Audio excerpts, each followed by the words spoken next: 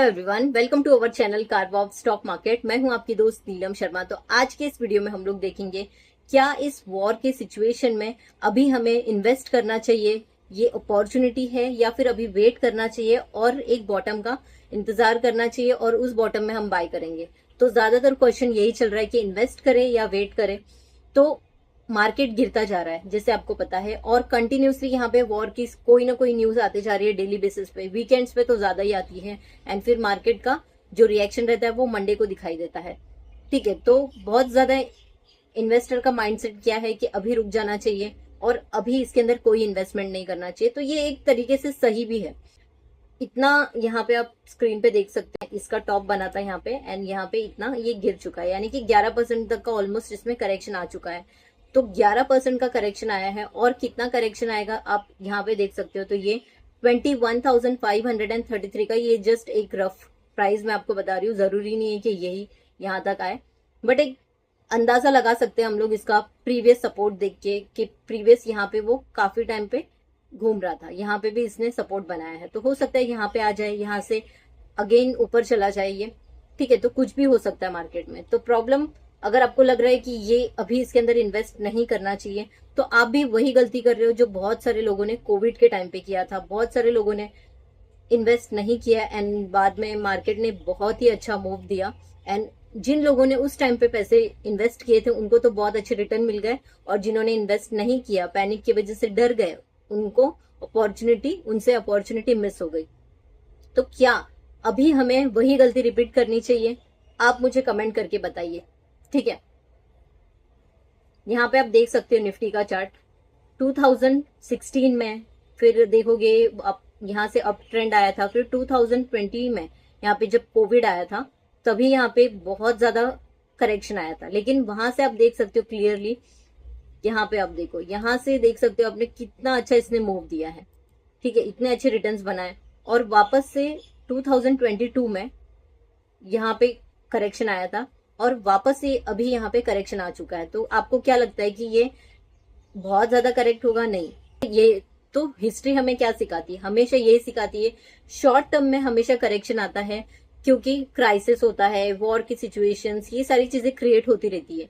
ठीक है, आती जाती रहती है, लेकिन शॉर्ट टर्म में मार्केट करेक्ट करता है, लेकिन लॉन्ग टर्म में मार्केट ने हमेशा यहाँ पे अच्छे रिटर्न्स दिए हैं। तो यहाँ पे आप देख सकते हो, क्राइसिस होता है, वॉर होता है जिसमें मार्केट क्रैश होता है, एंड फिर लॉन्ग टर्म में आपको काफी अच्छी रिकवरी मिल जाती है, जैसे हमने अभी निफ्टी का चार्ट देखा। तो अब इस सिचुएशन में क्या करना चाहिए? तो दो कैटेगरी है, जिनके पास बिल्कुल पैसे नहीं है, तो वो लोगों को अभी ऑलरेडी इन्वेस्ट कर चुके हो हाई पे, लेकिन अभी आपके पास बिल्कुल फंड नहीं है, तो अभी आपको पेशेंस रख के बैठना है। मार्केट को जस्ट ऑब्जर्व करो, अपने पोर्टफोलियो में जाके देखने की जरूरत नहीं है, क्योंकि वो जस्ट आपको एक पैनिक क्रिएट करवाएगा, फिर आप गलत एक्शंस लेना चालू करोगे।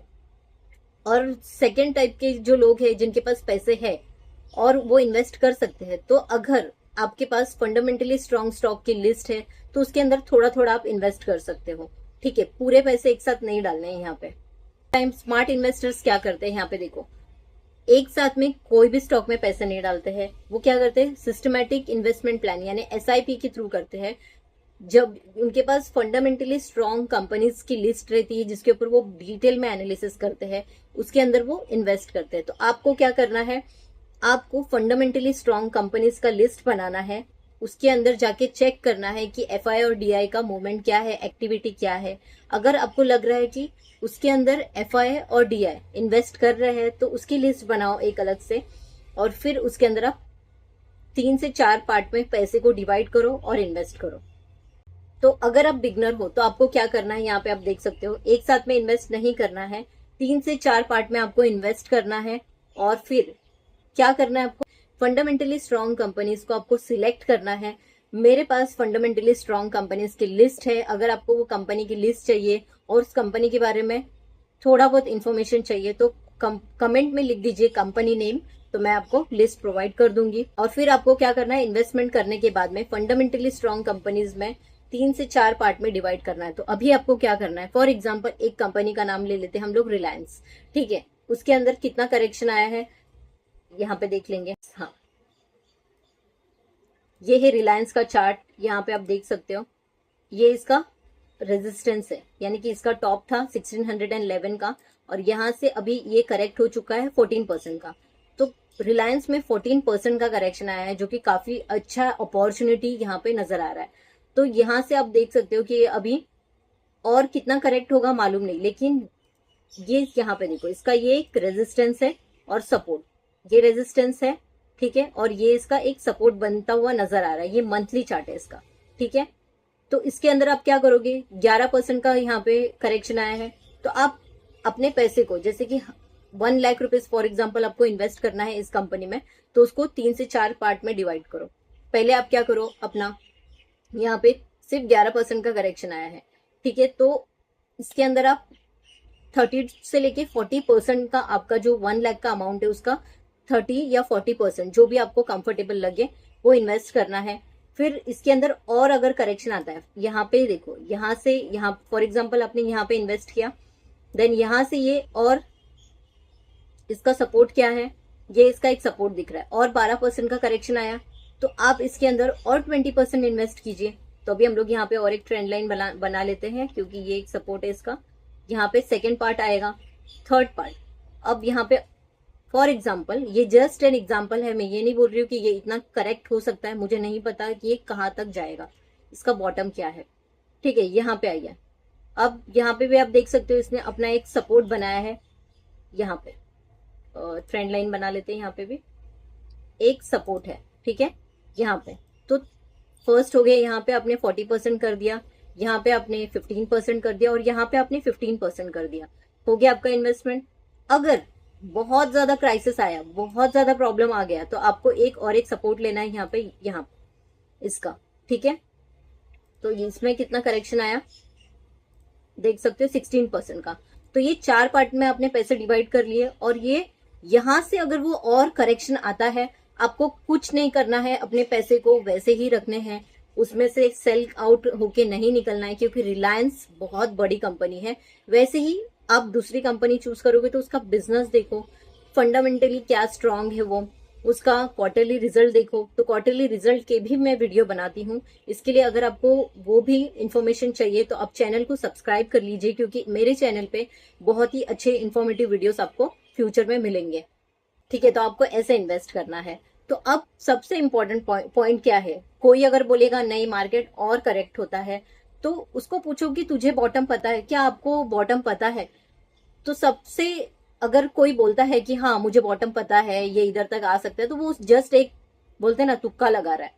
आपको क्या करना है, आपको आपके सिस्टमैटिक इन्वेस्टमेंट प्लान के अकॉर्डिंग चलना है, अपना एनालिसिस खुद करो। और क्योंकि बॉटम कोई पकड़ नहीं सकता और उसका टॉप क्या रहेगा वो भी किसी को नहीं पता है, ठीक है। सब सिर्फ अपना एक अंदाजा बताते हैं कि यहाँ से जा सकता है, रेजिस्टेंस एंड सपोर्ट को देख के ये सारी चीजें बोली जाती हैं, ठीक है। तो स्मार्ट इन्वेस्टर की जैसे करो, आप लमसम में पैसे मत इन्वेस्ट करो, धीरे धीरे इन्वेस्ट करो और पेशेंस रहो। तो लास्ट में आपको वो जाने से पहले बताना चाहूंगी, मार्केट से प्लीज आप मत डरिए, पैनिक मत होइए, क्योंकि ये ऐसी अपॉर्चुनिटी बहुत टाइम के बाद मिलती है। ऐसा अपॉर्चुनिटी आपको मतलब ये क्राइसिस चल रहा है, वॉर का सिचुएशन है, बहुत ज्यादा पैनिक सिचुएशन भी यहाँ पे क्रिएट हो रहा है, लेकिन आपको क्या करना है, आपको एकदम शांति से सोच समझ के आपका जर्नलिंग करो, आपका क्या इन्वेस्टमेंट है, आप कितना इन्वेस्ट करना चाहते हो, ये सारी चीजें आपको जर्नलिंग करनी पड़ेगी।